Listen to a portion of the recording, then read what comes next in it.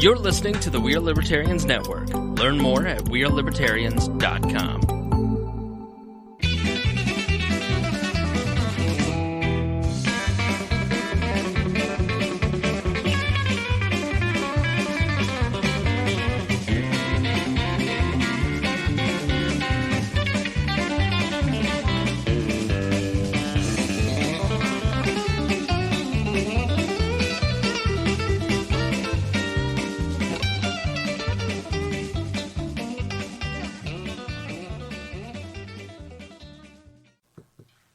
Welcome to the Boss Hog of Liberty podcast. This is episode number 84 of East Central Indiana's favorite podcast. I'm Jeremiah Morrill, and today I'm joined by co-host Dakota Davis. Today's episode is going to be featuring three candidates for State Senate, District number 26. We have Mike Gaskill, Dave Cravens, and Mr. Greg Noland over here. We're going to be asking them all kinds of questions about their platforms, the issues that are plaguing the state, such as hate crime legislation, county jails across the state, hemp and marijuana legalization, and our education system across the state. So make sure you stay tuned for all of that.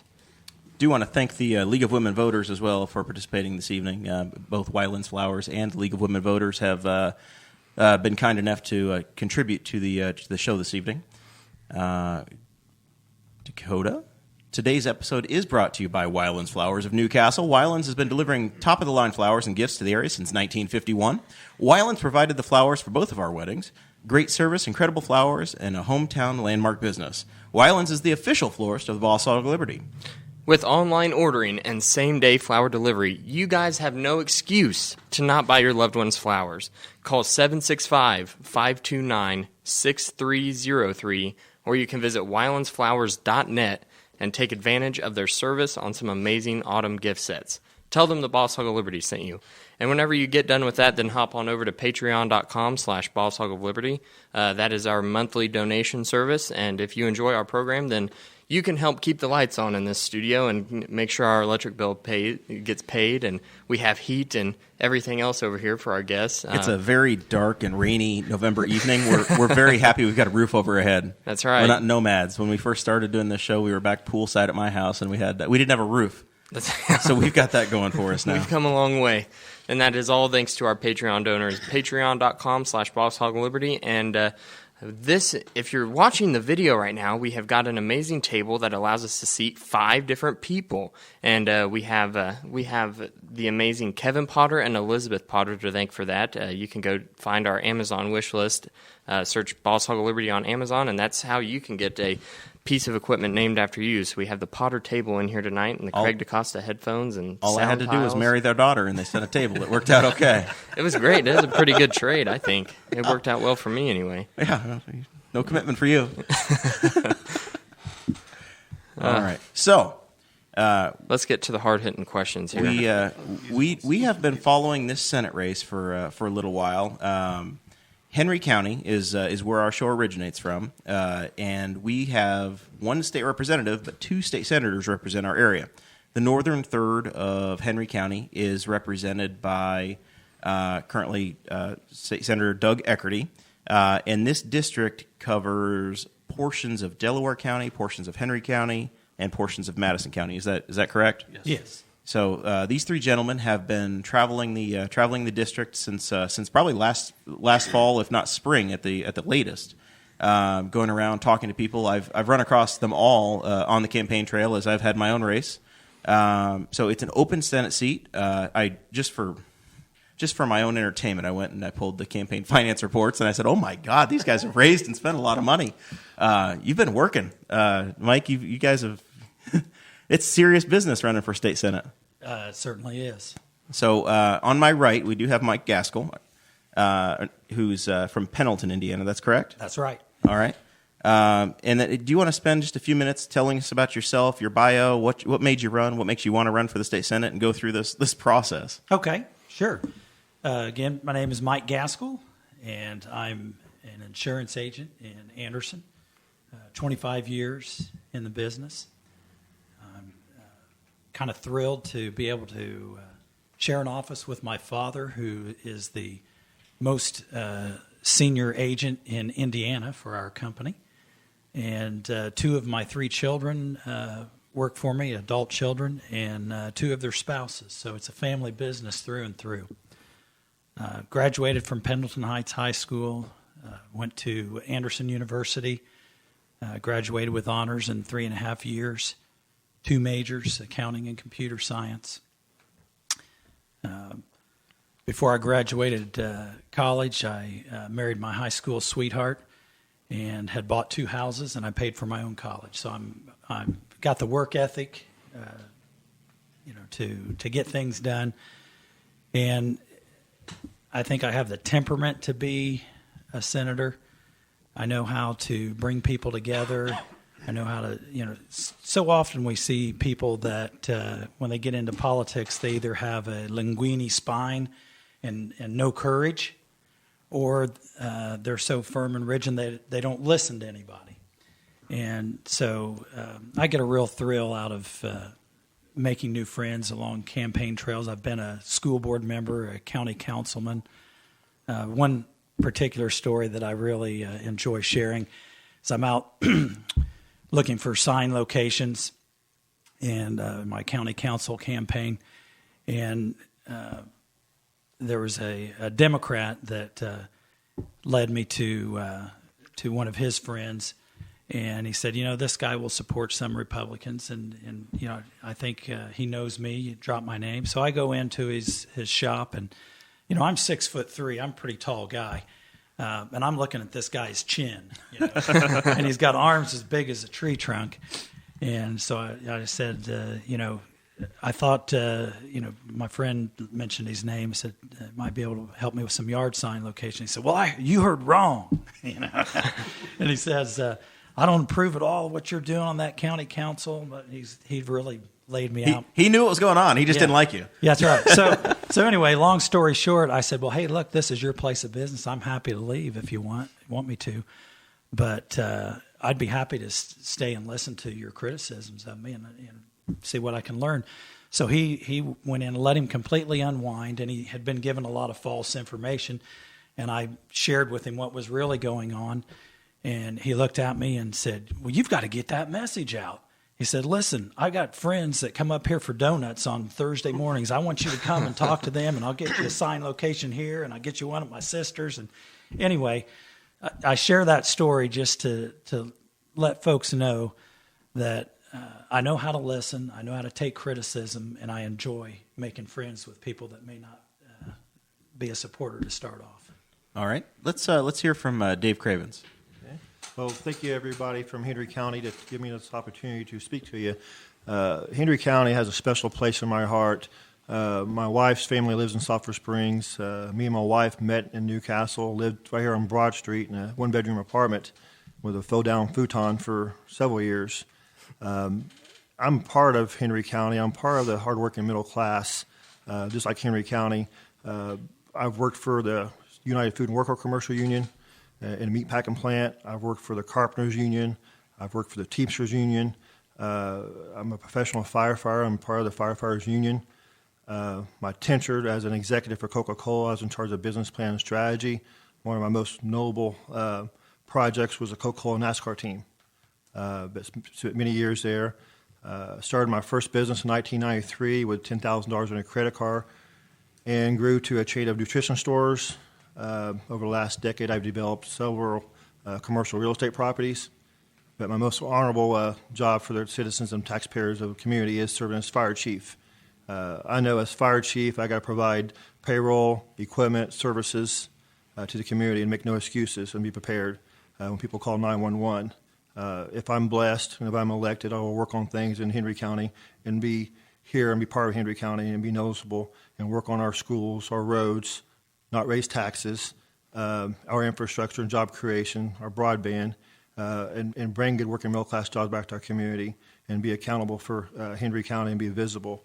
I think that if you're a senator, you should be transparent, you should be accessible to your people.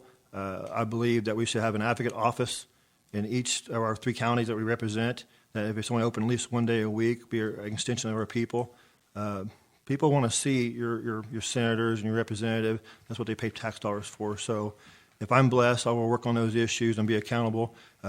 and make other people accountable for their actions at State House also. So I thank you for the opportunity to speak to you. I thank you for the opportunity to be able to run for office. It's been a unique experience, and thank you so much. I will work hard for you so you guys can work hard again. Thank you.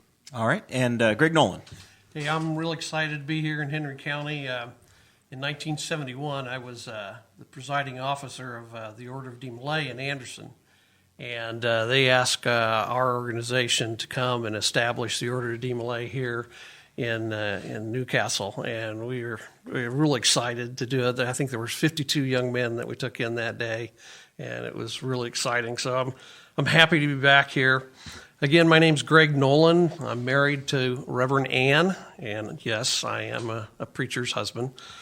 And we've been blessed with 4 children, and they're all married. They all own their own homes. They all graduated from college. Most of them have postgraduate degrees, so we're just proud as punches of them.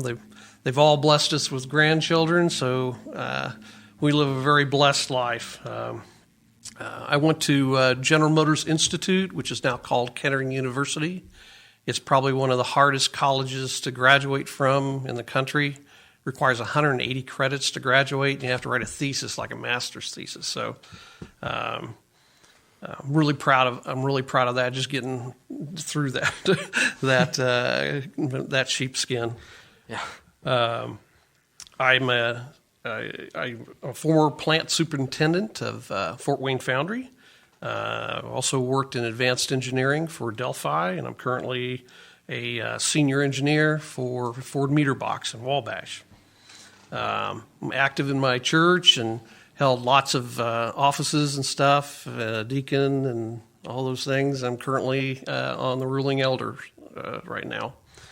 I enjoy working with youth. I told you I was the DeMolay experience when I was younger, and so for the last 40-some years, I've been an advisor for the Order of DeMolay in Anderson, and at one point, one year, I was nominated and received Indiana Advisor of the Year for that organization. So that was a great honor to do that. So why I ran? I want to help people. You know, I've been sitting back and seeing the laws in Indiana, and they're passing so many of them. And so many of them aren't making sense, and they're hurting people. And I think with my manufacturing and management and engineering experience, that I can help bring some common sense to the laws in Indiana, and so that they'll stop hurting people. Laws that make sense, laws that solve problems, and that's why I'm running for office. All right, and I guess I wanted the number one reason for Dave and Mike as well, your number one motivating factor to run for the state senate. What's your number one driving issue that said, hey, you know what, this is the year I'm going to run? Well, I think I serve my community well, but I think I could be a better advocate for my community and have better policies for the state. All right, and Mike? I've been a good friend of Doug Eckerty's for a long time, and helped in some of his campaigns in the past. And I told Doug, I'm happy to have you as my state senator, but if you ever think that you might retire, let me know, because I'd like to take a stab at it. And he thought he'd probably go 3 terms or so, and then decided that he'd go 2 instead. So I had to get ready a little earlier. It was a surprise. It was a surprise, yeah.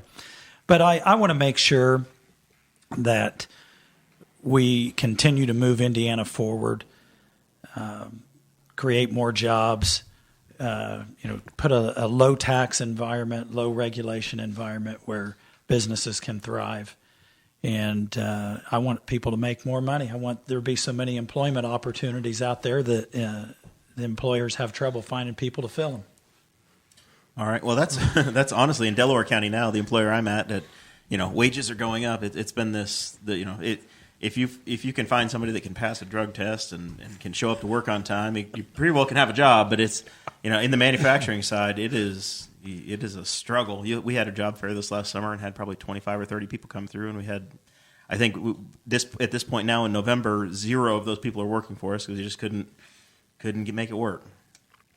Anyway, All right. Well, Yeah, and let's move on to some of our questions and the issues. I guess the first thing that I had on here was that back in July there was some anti-Semitic graffiti that showed up, and in Carmel at a synagogue, it was a giant swastika on this synagogue's dumpster, on the walls surrounding their dumpster.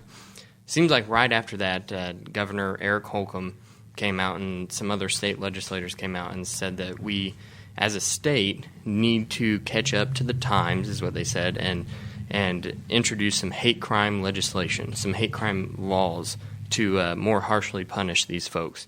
My first question is that Indiana being one of 5 states that doesn't have hate crime legislation, is that something that you would support? We'll start with you, Mike. Am I going to start first every time? No. Or just, So the interesting format about this show is we're conversational. So we're not going to have a clock. We're going to make sure everybody gets enough time to talk.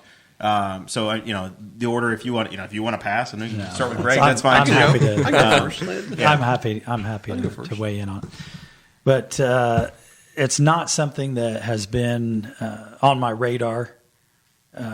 I'm not sure that it makes anybody's life better, but if I'm elected and there's legislation introduced, then I'm going to look at it carefully, weigh it out, see exactly what it says, because sometimes the devil is in the details. You can talk about a particular topic and we need this legislation or that legislation, and then when you see the actual language, it can either be good or be bad. I think legislation is kind of like medicine, as you heard me say in Middletown a week or two ago, that there are side effects. And you have to decide, is the problem that this is going to fix, does that outweigh what the side effects are?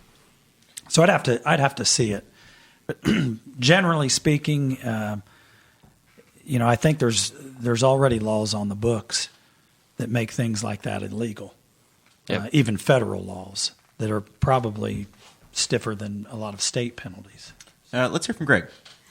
I agree a lot with Mike, what Mike's saying there, and I've been saying this for some time. Some of my worries is that the language could be in such a way that it could reverse itself on a lot of the minority groups that we are actually trying to protect with this legislation, and instead of people that are being targeted like you've got here with this synagogue in Carmel, that you'll end up with a minority person that says something whitey or cracker or something like that, and then they're going to be, and then they're punished under the full extent of hate crime legislation. Yes, right. And so I have concerns about that. So I, like Mike, I would have to read this legislation very closely and make sure that kind of thing wouldn't be flipped. I was reading the other day in North Carolina, a bunch of minorities tore down a statue of Robert E. Lee. Well, that could be considered a hate crime, and those kids could be punished, far beyond what, I think would be logical in that particular case. So we just have to watch and be careful. All right. And Dave. Sure. I think that we should have some type of hate crime. I think that we should have social equality in and outside the workplace. But I also think people should be judged on merit, not race, color, or gender. But as these guys have said, the legislation has to be correct, has to be right, because what they're trying to do in some cases is take a level 5 felon to a level 4 felon, and you could have one person commit the same crime and each person be charged differently. And so with the proper legislation to where they're not treating people differently with the same crime, I think it's a good thing. Anytime we can increase the quality of our state, we're not an attractive state. We're 48th quality of life. And I think we got to make our state more attractive. And we're only 5 states. There are a lot of federal and local laws, but a lot of them are tied up in brick and mortar. And just like our tax codes, we need to simplify those so we can get more government projects done. So you're listening to Boss Hog of Liberty podcast on the We Are Libertarians Network. We have Mike Gaskill, Greg Noland, and Dave Dave Cravens. I almost said Dave Ring. You beat Dave Ring already. Dave was on with us in the spring, and we're talking about the state senate district. Is it 26? Is that Yes. correct? State Senate District 26 race. Dave mentioned jails and the level of facilities, level 4, level 5s. In my race for county council, I've really had this jail issue come to me in a county level race because there were some changes to criminal justice codes that said, hey, level 6s are going to stay at the county level now. A couple of years ago, I guess it was this year, House Bill 1263 was signed into law, which said that the counties, to try to deal with this overcrowding that's come from the level 6s, they said, hey, we can raise the local income taxes in the counties. I guess I want to know from each of you, is that this type of solution that you want to see for the counties? Do you want? Randy Fry is introducing a bill here in a couple weeks. He's announced it, but I guess it'll come in January, assuming Randy gets to go back. That would deal with a regional jail model. Inside of your district here, Henry County and Delaware County are both actively in jail projects, and I apologize, I don't know about Madison County, if Madison County is okay or if they're fighting it, but I know Hancock is as well. All three counties are in the same position. We're overcounted. So they're all struggling with this. And Mike, you've served on a county council, so you're coming from both sides of this, I'm sure. And your bride is getting ready to be a county commissioner potentially. So you really, there's all these different factors here. I guess I want your feel for the relationship between the states and the counties with these jails and what the proper solution is. Because at least when I got into this race as a county council candidate, it really wasn't being talked about, and it was a county by county issue. And the more I've looked at it, I've said, man, this is happening in about 80 counties across the state. So now's the time to have this conversation. Mm-hmm. So we'll start with Dave. Sure. Well, this problem started many years ago, and it's actually started with the Justice Reinvestment Plan, and it's House Bill 10,006, and that was under Mitch Daniels. And what they did, they tried to take a level 6 felon and not put them in the Department of Corrections, to put them in local jails. Then all of a sudden, within 18 months, 80% of all your jails had overcrowding, and so that's where it started now, but without any funding, and so Daniels declassified or reclassified, which it's filled the local jails. The solution was Bill 1263, which was to allow the counties to raise taxes so that they can increase, for clarification. So they can create more capacity. And on your House Bill 1263, they imposed an ordinance to impose a fee of a 0.25% tax and to build a regional jail. And there's, how will they fund that? 2, how many miles are you going to take a police officer out of that area, out of that county to drive to be incarcerated? And if you think about it, so you're going to take those level 6, so you're not going to send them to the Department of Correction, you're not going to send them to local county jails, so you're creating another jail. Who's funding and who's paying for that? And then you got to buy land. You got infrastructure costs of steel versus adding on to buildings. So there's a lot of information. And I know Mr. Fry, he's a retired firefighter on the floor. I've read the whole bill today. And so they need to do something. But this problem has eroded roots for almost 10 years now, and they've not done anything properly to fund it or fix the problems. And one of the things I think they need to do is have better, there used to be a thing called jail chemical and addiction programs. And they were supposed to do that to keep people out of jail, out of being incarcerated, and out of prison. And the money was supposed to come back to local municipalities for Delaware County, Madison County, and Henry County. And it's called JCAP. And they use it I think, Dearborn County. And they're not using that program effectively. And so they keep dumping on the small municipalities and counties and stuff. But we got to have proper funding.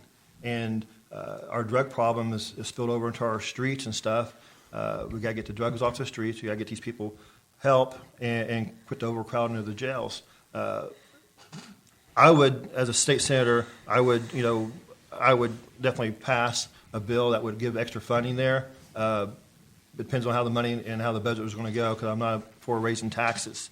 But it'd have to be the proper legislation, because, again, we're saving money. When they originally did this bill, 1006, it was saving money for the Department of Corrections. But all they did was dump all the money and the funding on local county jails. The burden went to the counties at that point. Exactly. All right, let's hear from Greg. That's exactly right, Dave. I mean, the state caused this problem upon almost all the counties in Indiana. There's some that had just built new jails that are in good shape right now. They're actually making money in some of those counties by other counties basically renting space. That's exactly to send right. inmates. so it's just created a mess, and then you've got the people that are relatives and wives and husbands of these people that are incarcerated now. They got to travel over the state to see their loved ones. So it just created a terrible mess here. The state did. Again, I talked earlier that the state causes all these problems. They don't think about the end game on a lot of this stuff, and this is a problem that is caused in every county in the state.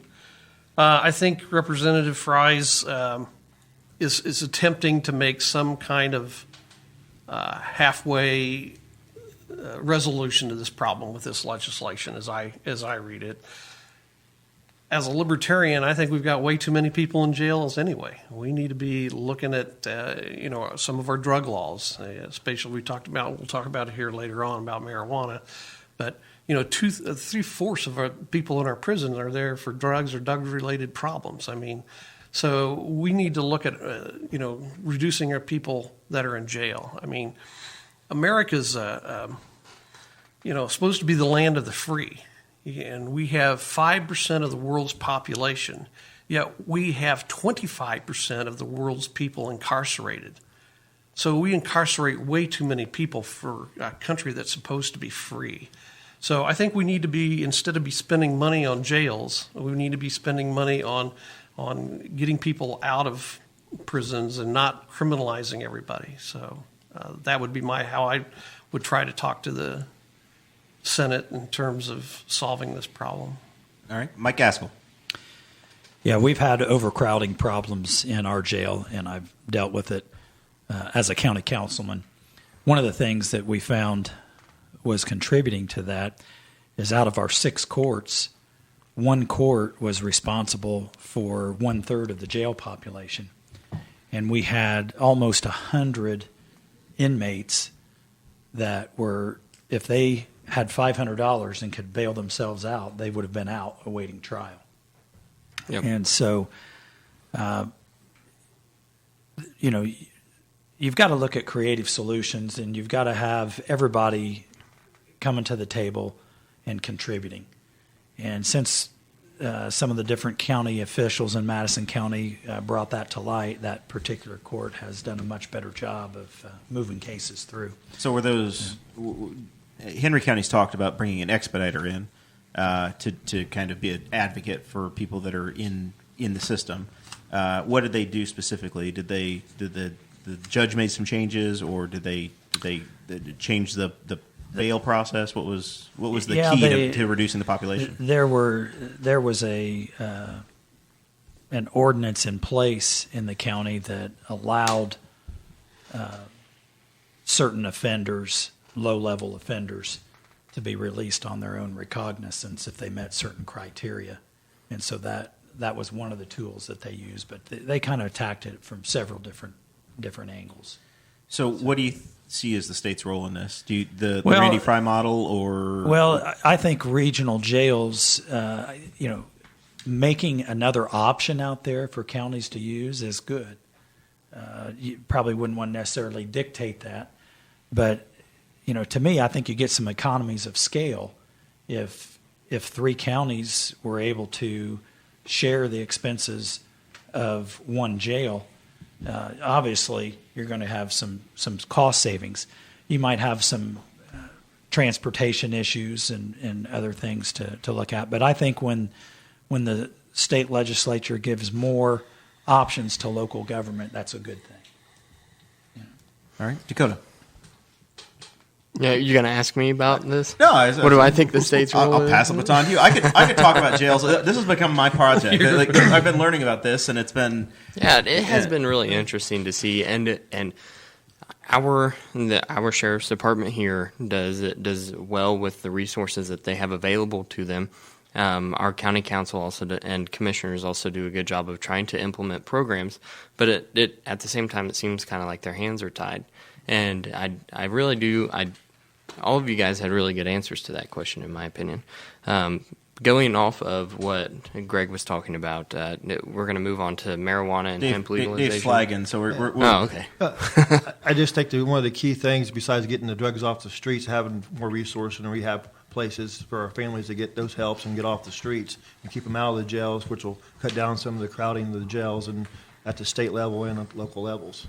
And we don't have enough resources. They treat it like it's a fire and police problem, and it's more than a fire and police problem, and it keeps going on, and it's growing, and it's festering. What in my time running for the council seat, I almost view it as levels or stages of the amount of time you need to spend in a county jail. If you're awaiting sentencing or if you're awaiting trial, then yeah, it makes sense to be close to the courthouse. But once you have been sentenced or you're going to be in the facility for 6 months or a year and a half, at that point, the regional jail model makes sense to me. Or going back and having a relationship with the Department of Corrections where the people just go to the state facility and that, there are beds waiting there. It's a horror story from the county level of Vigo County's got a federal lawsuit. Henry County's looking at a federal lawsuit. You've got guys that are sleeping not in jail cells, but they're sleeping on the floor. Or they're sleeping in cots that are lining the walls. Yeah, and they're on the they're in debrief rooms. I mean, that aren't even 6 feet across. I think society incredible. Is changing as well, and I think that's contributing to our overcrowding problem.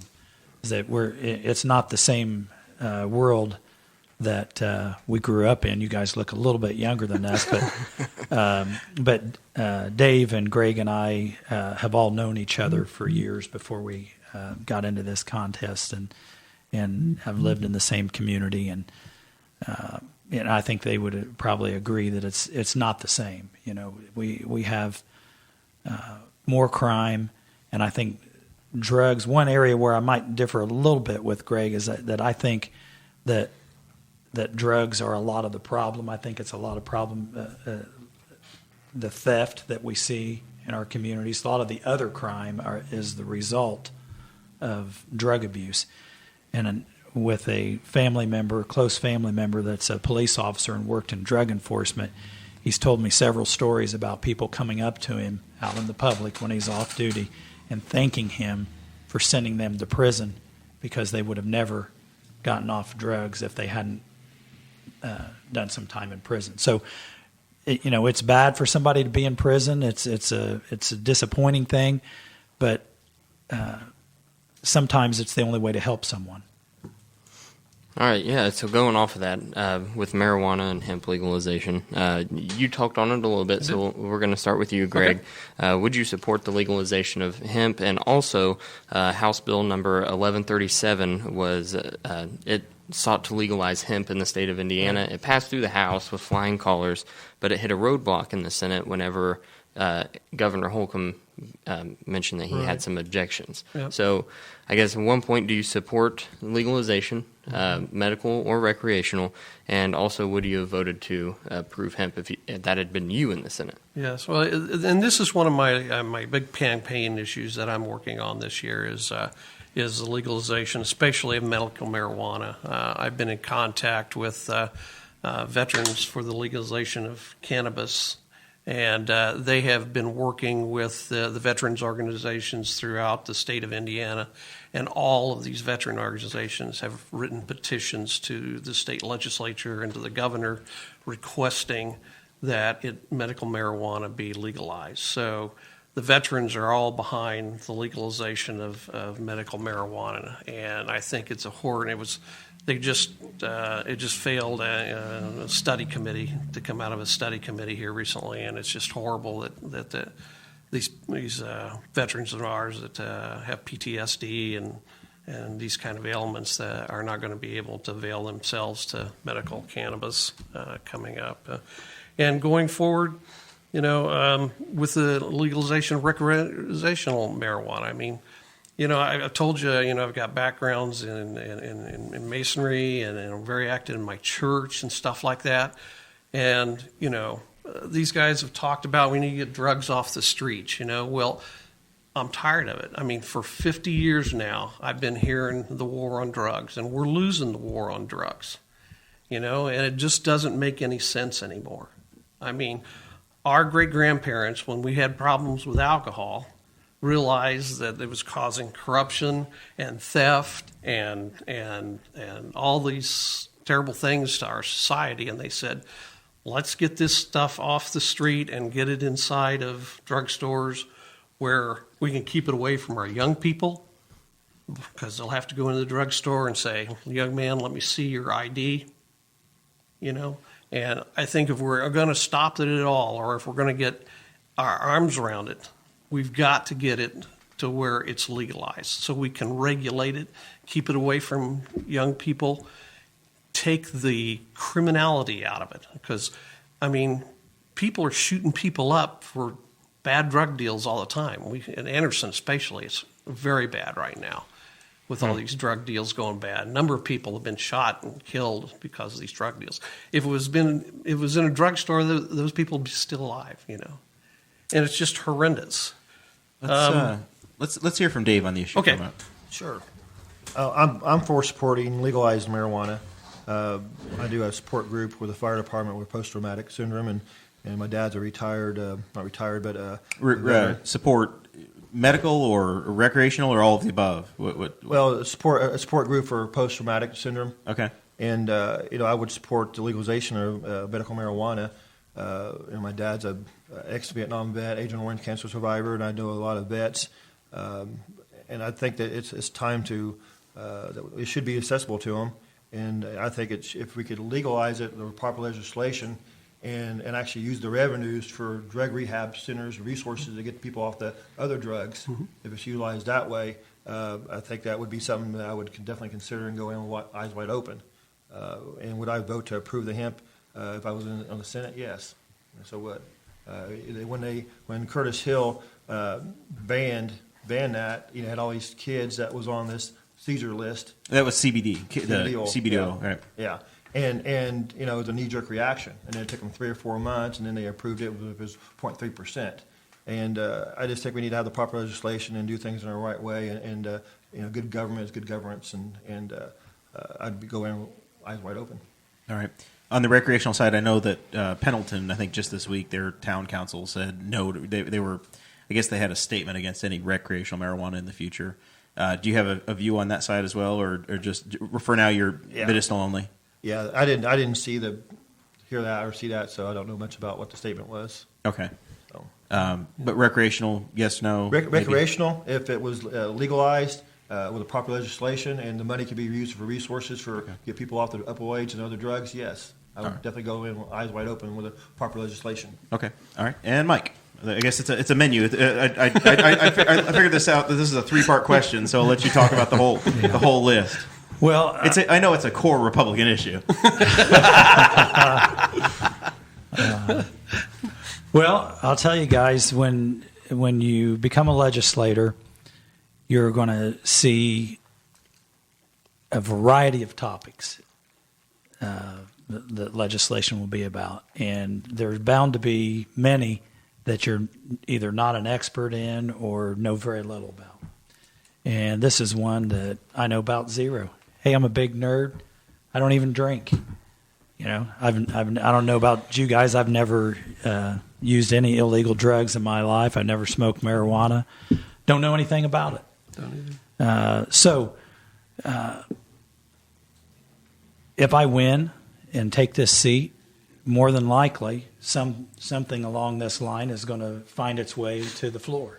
As long as Jim Lucas is still in. yeah, and I know Jim, and yeah, I mean it's in the summer study committee. It's not this. This isn't a theoretical question. It seems like it's coming down the pike in this next term. So it would be what I want to share with you is my philosophy. Basically, number one, you should do no harm.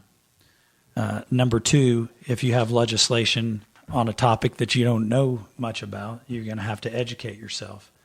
And you're going to have to make sure that you talk to people that on both sides of an issue and get a complete view of all sides. And so I would be very, very leery about recreational marijuana.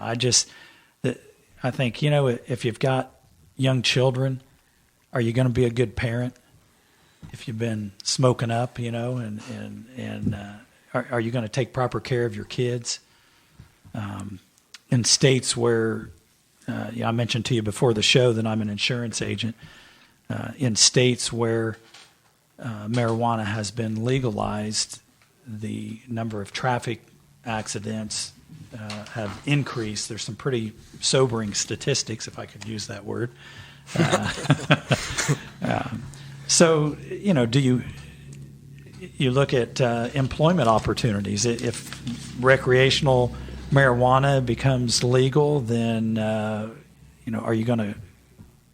That doesn't necessarily mean that employers have to hire people that test positive for drugs. It's a voluntary association, right? Just even if the state said no, we're not going to allow this. General Motors was obviously a big employer in this area at one time. General Motors could still have a policy that says, well, if you can't pass this test or these are expectations we have of you, then you're not going to have a relationship with us. Right. So even if the state got out of the way, there are still other barriers of employment. Right. So generally speaking, one area where I kind of am with the libertarians, that generally speaking, I want to see freedom and liberty. I'm a constitutionalist. And I think you ought to be free to pursue happiness in your own way, as long as you're not infringing on somebody else's freedom or liberty. And this is an issue that I'm just not going to stake out a position one way or the other right now until I learn more about it. But I will say this: if you're a voter that this is your number one issue, then I think Greg Noland is your candidate. All right, and then the industrial hemp on the ag side. I'll just be honest about I'll take that.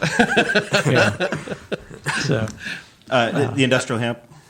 Yeah, that's another area. I've done some research on that in preparing for the show, and it appears that there are some valuable industrial uses for hemp, and with the proper controls. One of the things that I've, in my research that I learned that they were concerned about is that if something like that were allowed, that there would need to be a permit process and GPS coordinates on the field, and no marijuana, grown in that field. So, I would look at that. Yeah, we had a really interesting episode about a month ago, Dakota, with Danya Lester, who came in, and she was speaking about Purdue University and School of Ag and the hemp farms that they have there. And basically the big issue that they have is that the state seed commissioner, the reason Indiana is kind of has this bottleneck is the federal government has their prohibition on it,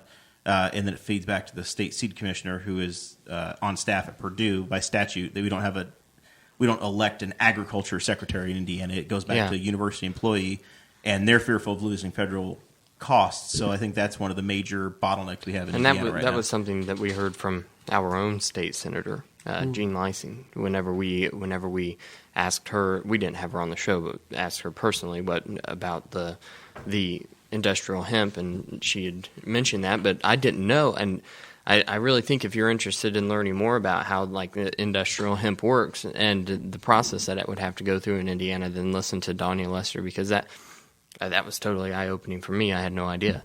I really do. I don't know.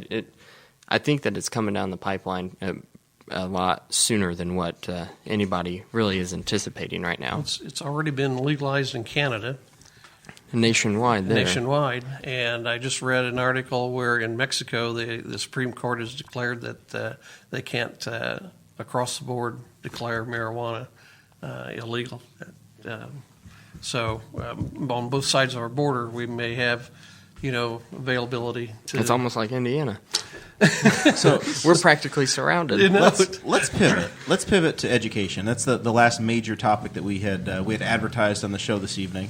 And it's definitely one as we've all been attending these candidate forums this fall, and a lot of times we get paired with the school boards, and we hear the same issues. We hear that schools will hire a teacher, but they can't keep a teacher. The teacher salaries are dropping. they're losing students, money's following students, and they're struggling with old footprints that don't have the head count they used to, especially in this part of the state. We'll start with Mike and just the state's role in public education and some of these rural school districts particularly. Blue River would be in your district, and that's one that's really struggled with lower enrollment and potentially has had talks of combining with other districts. What do you see as the future for public education in Indiana? I think it's going to have to prepare students for the jobs of today and tomorrow, not the world that I and these fellows grew up in. I think it's gotten behind. So, and let me just briefly say, when it comes to teacher salaries, that's a school board issue. It's not. I don't think we want the state legislature determining what teacher salaries are. That the school boards set those salaries, and they should have the flexibility to do what makes sense for their district. I've visited Blue River, and the ag students had a breakfast, and I was really impressed with their agriculture program at Blue River. And we have two just absolutely great for FFA programs in your district in Henry County, both Shenandoah and Blue River. Right. Mm-hmm. So, but probably the biggest issue that I have with education is that we gear too much of our resources towards just the students that are going to college. And we need plumbers, welders, carpenters, et cetera, et cetera. And when I was on the school board in Pendleton, South Madison schools, when the budget got tight, that was the first area that some of the board members and the superintendent at the time wanted to cut. Mm-hmm. And, when they decided to close the auto mechanics program, I was outvoted 6-1 on that. So what I would like to see is a re-emphasis on skilled trades, technical occupations, and we spend a lot of money on education. We need to channel a little bit more of that towards students going into skilled trades and technical positions. And local school boards may have to start taking a different approach. Instead of treating everybody the same, per a union contract. You may have to come to the realization that, my chemistry teacher might have to be paid a little higher salary in order to keep him going to Eli Lilly, or my high-level math instructors may have to be paid a little bit higher salary than some of the other disciplines in order to keep him from, going into engineering or manufacturing. So, I'm glad you brought up the skilled trades and those things. Here in Henry County, we have our students here have the opportunity to take advantage of the Newcastle Career Center, and I went through it whenever I was in high school. I didn't know whenever I was a junior and a senior in high school. I had no idea what I wanted to go to college for. I just knew that that's what everybody had been telling me my entire life. And then I went through the building trades program. I'm like, whoa, I really like working with my hands. I should maybe look at this a little bit more. And I start telling everybody, and school counselor is like, I'm not going to go to college. I'm going to go up to the Muncie Electrical Union and get an education there. And they're like, whoa, you can't do that. No, you're too smart to not go to college. And I'm like, well, I just don't know what I want to do. And that's a huge waste of money. But around every single corner and every single person I talked to, it was like I was making the biggest mistake of my entire life. And I think that it's really a good thing. I agree. We have a career center like that in the district in Elwood, and they're doing phenomenal things up there. Students are actually getting jobs right out of high school running CNC machines, and it was really eye-opening for me because, when I was a student, the industrial arts area is where the guidance counselors sometimes tried to dump the troublemakers. And it shouldn't be that way. Well, that's what my mom and dad said whenever I told them I wanted to do building trades. They're like, no, that's not for you. I'm like, you're not a criminal, Dakota. Yeah. Let's hear from Dave Cravens on the education issue. Well, state funding, and I'm going to go back to one of the statements I made in the past is, the property tax caps. And I'm not talking about raising taxes, but one of the things they did, people forget about, they went from 6% sales tax to 7% sales tax to shore up some of that funding. And when communities like Madison County lost $14 million, Delaware lost $13 million, and Henry County lost somewhere between $8 and $9 million. And the problem you get into, especially in Henry County, is that the urban, the suburban, and rural areas, the formulas they use to fund those, some of them get rewarded, some of them don't get as much as they should. So they really don't, the state hasn't really figured out how to properly fund these schools. And with the teachers, they got to quit treating these teachers like a scapegoat. They need to bring back and give them the respect and dignity for an honest, good, honorable career. I think that if we had a proper funding, wouldn't it really be nice to have a really great public schools where you didn't need all these other schools? That our public schools are so good that you didn't need all these schools, but they're not. And we need more innovations in the school. We need a teacher to be treated fair or a fair salary. They're making the same salary they made in 1999. It's not getting it done. I don't believe that we should be cutting funding to public schools. I'm not for or against vouchers.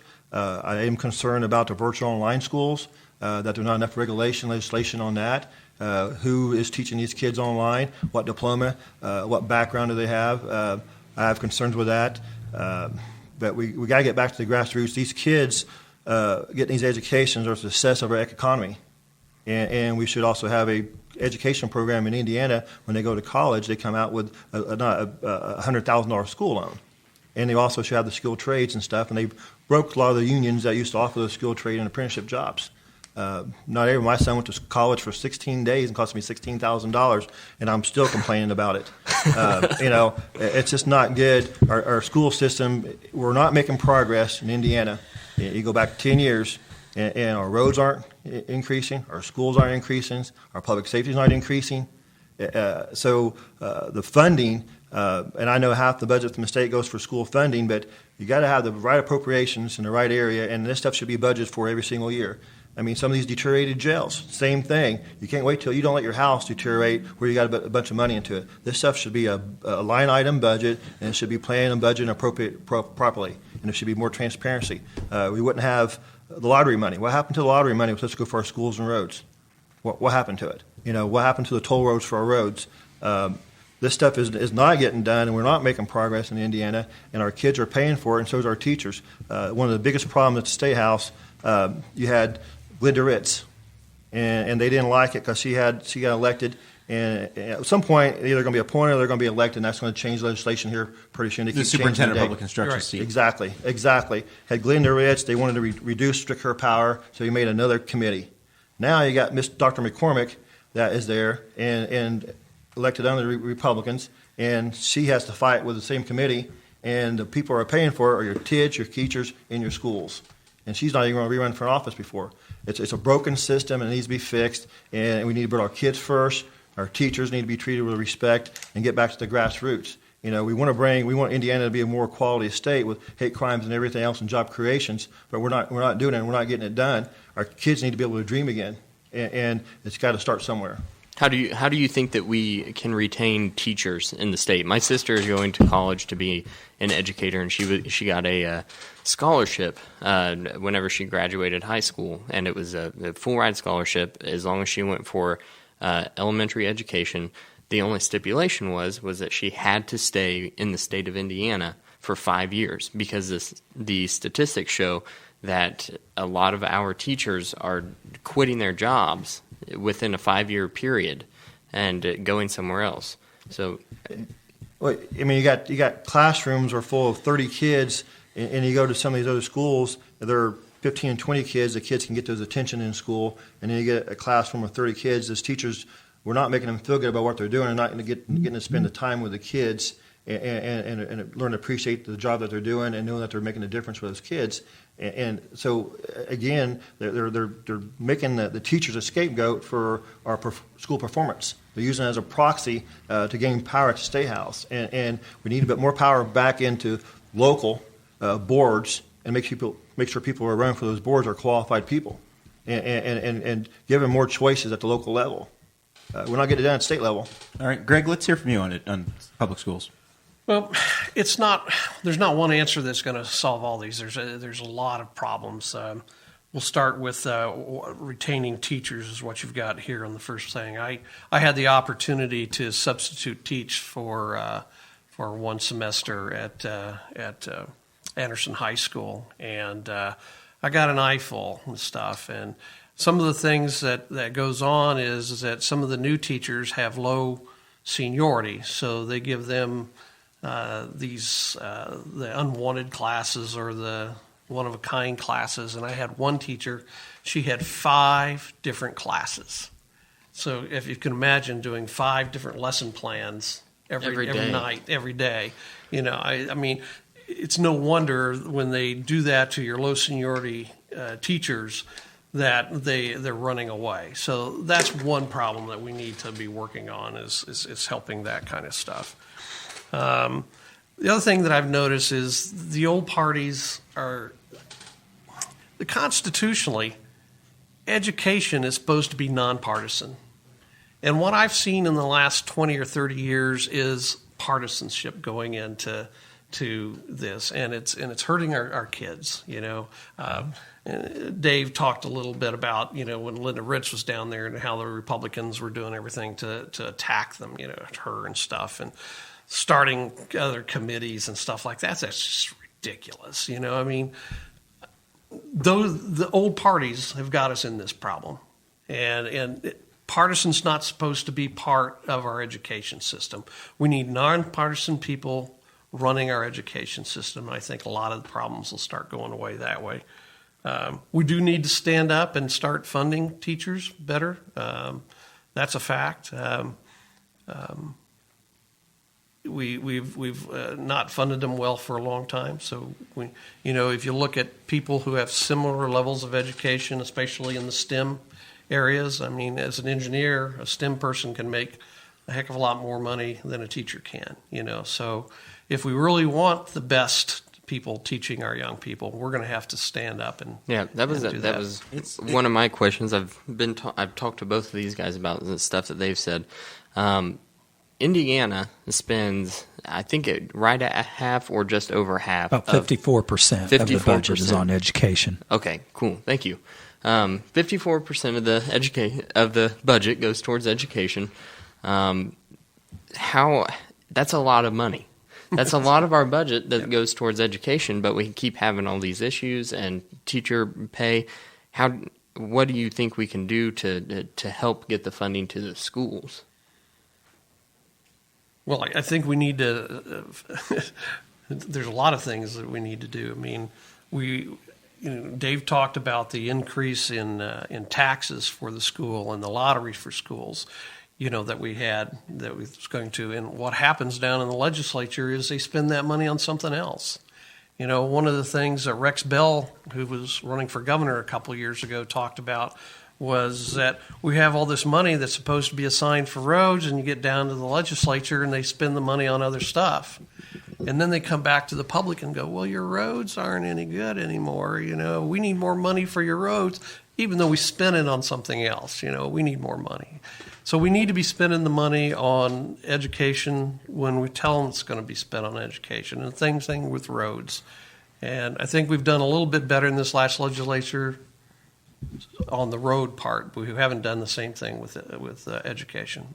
All right. Could I just tack on one thing? Jump on in there, Mike. Dave has brought up the tax caps a lot as a problem, but at least as it relates to education, you got to remember, I was a school board member when those were enacted, and at the same time they put the caps on property taxes, they also removed a lot of things out of the school's general fund budget from property tax, and the state put more of it into the per student amount that the schools were getting. So, every year I was on the school board, we saw more revenue than the previous year, and I've seen the same thing on the county council. It's Madison County has continued to receive more revenue each year than the year before, and I've signed a pledge that I will not vote for a tax increase. So that's something that people need to know about me, and I disagree that the tax caps are a big problem. The tax caps are a result of local government not behaving, and we've had a history of local government getting out of hand with, and this goes back longer than any of us have been alive, but local government would get out of hand and property tax rates would get too high. The state would come in and try to do something to make property tax rates reasonable again, and before you know it, local government had gotten out of hand again. So that's why we have the tax caps, because local government did not behave across the state. A lot of those were driven by capital projects for schools, if I remember correctly, 10, 15 years ago, where you'd have a lot of new buildings going up, and then that drove the local property taxes up, and then people raised their hands and said, I can't take it. And that's where we got the 1%, 2%, and 3% caps. Yeah, in Anderson, in fact, we had a declining student population in Anderson Community Schools, and they had a closed junior high, and then built a new elementary right beside it. I mean, it's wasted a lot of money on bricks and mortar that they didn't need to. Dave had his hand up. Well, the actual money that is spent per student is less in Indiana than it has been in a long time. And if you actually look it up, all 4 bordering states, we are 4th or 5th. All bordering states spend more money per student. I think they're $4 per student. We're like $42 per student. So we're actually spending less and less per student. And so we're not funding the students. And I'm not saying the property caps are all the problem, all the issues, but you have to have proper funding for stuff. When the last 10 years your schools have not progressed, your roads have not progressed, there's been no job creation. The Indiana growth from August of 17 to August of 18 was 1.2%, which was 9th lowest in the United States, and non-agricultural growth was 10th lowest. So you're not getting job creation in Indiana. You're not getting roads paved. You're not getting your schools. You're not taking care of your teachers. This has been going on for 10 years. Did you not notice there's a 3rd lane on I-69 now? Yeah. We've had those, and this goes right back to toll roads. We spent $3.8 billion of the Al State Spanish-Australian company, went bankrupt, hired by another company. That was supposed to pay for all these roads. During the election year with Mr. Pence, there was over 300 deteriorated bridges in Indiana. You should never have 300 deteriorated bridges in Indiana. Those should be budgeted every year. So many roads should be budgeted every single year, and so many bridges should be done every single year, and the proper funding for teachers and education should be there every single year. And when it ain't getting done, and it's not getting done, and the teachers and the hardworking middle class people are paying for it, the difference, the 1%, is getting further and further away from the middle class. People are working 2 full-time jobs, and are still on welfare, and they don't have money, and they're not getting the educations that they deserve.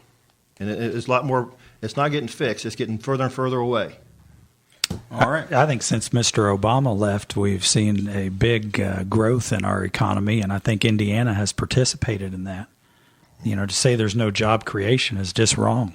You talked about having a hard time finding people to getting jobs right now. That's right. But it's frictional in unemployment. I think there's a lot of people that don't have the skills necessarily, or aren't ready for some of the careers that are available. They have. Here's your problem. Here's your problem with the jobs. They're not good paying jobs. Okay, the union wage was $16 in 1973. You figure inflation in a day, it's $1.06 more an hour with a double the economy. If it was good paying jobs, you wouldn't have to have 2 40-hour work week jobs by the parents. Each parents are working 40 hours working a week and still not making ends meet. They're not good paying jobs based on the economy. There's a lot of jobs at McDonald's and Panda Express and Walmart, but there's not real job creations where people can work one job, have a stay-home parent, have 2 cars in that driveway.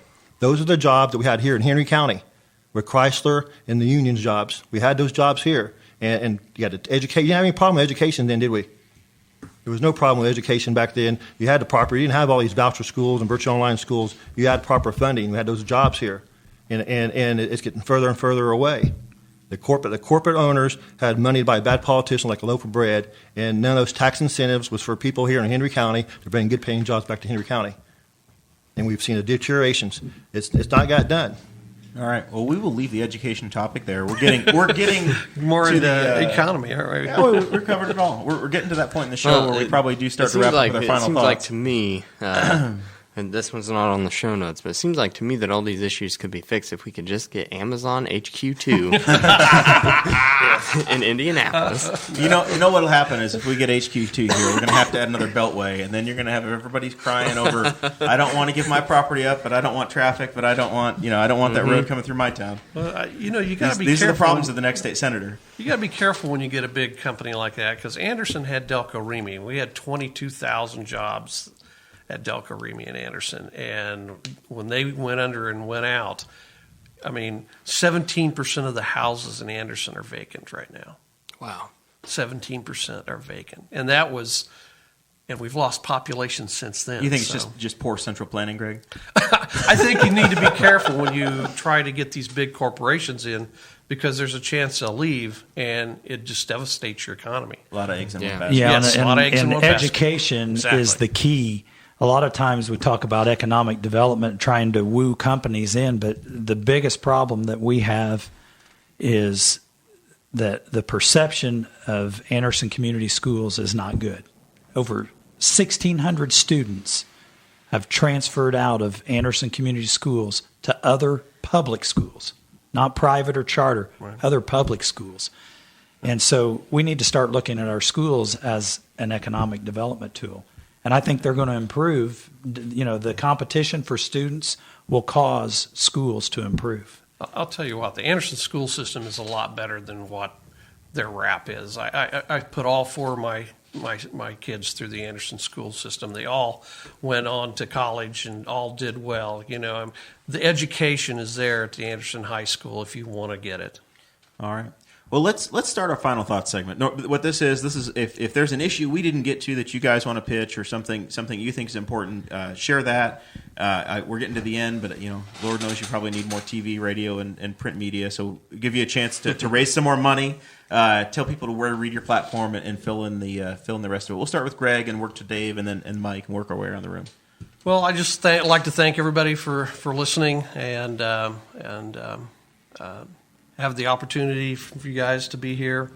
Like I said, and Mike pointed out, one of my big things is legalizing marijuana. I believe that it's going to help our young people stay away from it. The other thing that bothers me is property tax. Right now, effectively, you don't own your own home. You're just paying rent to the government.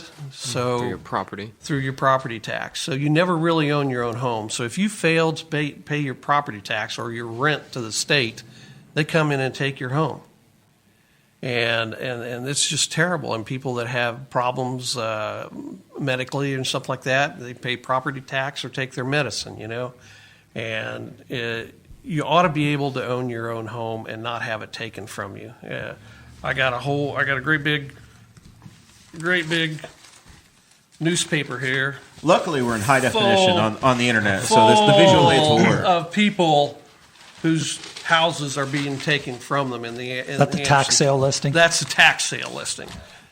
It's unconscionable, and these tax sales aren't at valuation. Okay, they are sold whatever the auction price gets. So you could have a $50,000 house that sells for $10,000 at a tax sale. Yep. So what we're doing, the property tax is probably the cruelest tax that we put upon our citizenry. And that would be one of the things that I think that we need to be looking at as our legislature. Do you advocate for increased user fees or sales taxes, or just a cut in government size? There's a lot of things. One of the things that I advocated for is let's do it up front. So have like a 10% sales tax right up front. And every time the house is sold, then you'll get more income tax. About 1 in 10 houses are sold. People move about every 10 years, or I think it is 5 years, something like that. So every time the house turns over, the state would get more money from the sale of the taxes or from the sale of property. But in the end, you'll own your property. You won't be renting the property from the state. So if people want more information on the Noland campaign, how do they follow you, get in touch, give money, all those things? Just my Facebook page. Yeah. All right. So we got Greg Noland tagged on our Facebook page, so you'll be there and easy to reach out to. Mr. Dave Cravens. Okay. Well, I'd like to thank everyone for giving me the opportunity to speak to you tonight. If I'm blessed and if I'm elected, I will work over the party lines and work for everybody in the state of Indiana, and especially Henry County, and be accessible. I will work on job creation. I will work on our infrastructure, increasing our broadband, our waterways, the quality of water to farmers. I will work on education so our kids can dream again, innovations in the classroom, make sure our teachers are treated with dignity and respect. I will work on ridding the drugs off the street and making sure there's resources and rehabilitation for people to prevent some of the overcrowding in the jails. But I will be a resource. I'm a product of Henry County, and I will be a resource, and I will work hard for you so Henry County can work hard again to bring good working middle-class jobs back to our community. And thank you. Dave, you mentioned the broadband. What policy do you want changed, or how do you want the state to get involved in helping to bring broadband? Well, I think we need to increase our broadband range to farmers so they can be more competitive for small and big businesses, and so they can be more competitive with other states. I don't think the range that they get in some of the rural areas are very good, and then even some of the roads. I just think they need to be increased, and I think it allows the small businesses and big businesses to be able to compete with other states. All right. If they want more information on your campaign? Cravens for Senate 2018. All right. .com. Very good. Thank you. And Mr. Gaskill. Thank you. Facebook, elect Mike Gaskill. Webpage, MikeGaskill.net. Have to be careful that I don't Is there already another Mike Gaskill out there who stole it? No. Yes, me. MikeGaskill.com is my business site. Commercial so, purposes. Yeah, so I got to separate that from political side. I'm as conservative as they come, and as I mentioned before, I've signed a pledge that I will not vote for a tax increase. I said that too, and I got attacked by the Republican in my race. It's weird how that works. Well, I've been attacked by Republicans before too, and I am one. But I'm pro-life. I'm endorsed by Indiana Right to Life. I'm endorsed by the NRA, pro-Second Amendment. As I said earlier, constitutionalist. Education is probably one of my big issues. Road construction and growing the economy. Are you in favor of orange barrels, Mike? I'm in favor. You're in a pro-orange barrel platform? I'm in favor of them removing those orange barrels that they had out on State Road 3. I got down here a lot easier today than. Oh, yeah. Yeah. So, but, I'm very transparent. I'll tell people what I'm going to do, and I stick with it. And I promised both Dave and Greg that they would see a clean campaign out of me, and got the same promise back from them. And looked like we were going to make it through without any negative. But in the last 8 days, Dave's campaign has hit me with 4 negative pieces. And when the state Republican Party wanted to hit back, I asked them twice not to do that. We've known each other a long time. Our families have known each other a long time. And I didn't want to win so bad that his parents and family would see the kind of things that his campaign put out on me. And I'm very disappointed. That's not who you are, and you're better than that, Dave. All right. With that, I want to thank all the candidates for coming. We've really tried to make this a platform for people to come together and have conversations and get all the candidates on the ballot in the room at the same time. We've had very good success with that. Mercifully coming to the end of the campaign cycle. As a candidate and as a talk show host, I can tell you that, I'm ready for Wednesday of next week. I'm really glad that Mike came tonight, because we've had a really big problem getting Republicans to come in here. We've had some. We've had some. We had two of the county council people have not shown, and then I've exchanged messages with Greg Pence for 6 months or so, and his campaign has been tough to nail down. But it's not been us, and I haven't taken it personally. He's just been hiding from everybody. I appreciate your invitation, and I think it's a great show, and I'm honored to have the opportunity to be on it. Yeah. Well, and we're really, no matter who we get out of this race in Henry County, I think we're going to have a state senator that's actually going to know where we are and talk to us and be involved and be a part of the community in the conversation. And I'm excited for that. Since the maps got redrawn, I think Henry County has been very, very actively served by Gene Lysing. But we really haven't seen a whole lot of Senator Eckerty down here. And I'm pretty involved in politics, and I just haven't crossed paths with them. So I'm very excited to have you guys here now, and I know that Henry County is going to be represented and have another state senator that's going to do our bidding and be an advocate for the community. So I'm happy about that. Dakota, final thoughts from you? Yeah, I got all kinds of final thoughts. This is a 2-episode week. So tomorrow we're going to be back in the studio. We're running out of days. You're going to make me come back tomorrow already? That's right, yeah. Yeah, we're going to be back in the studio tomorrow.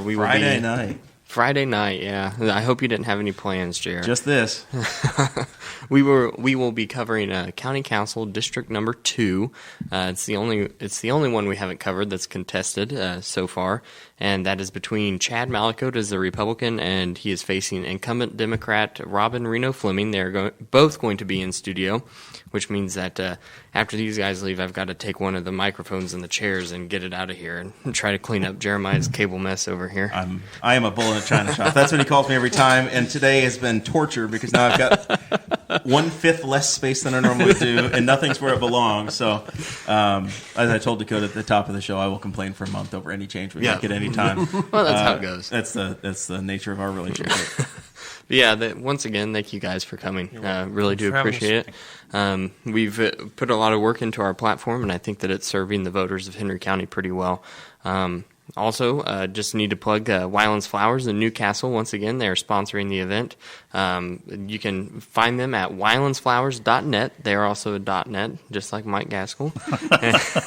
You can call them at 765-529-6303. Tell them that we sent you.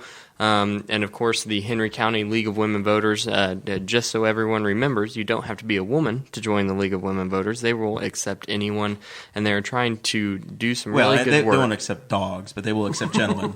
Yes. Right? I mean, that's just anybody. You need, Oh. dogs, cats, llamas. No, you got to be human.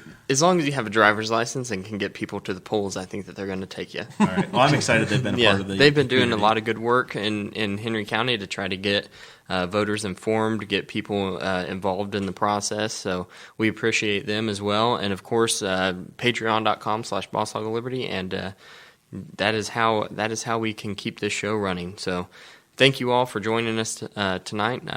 And once again, thank you to the candidates.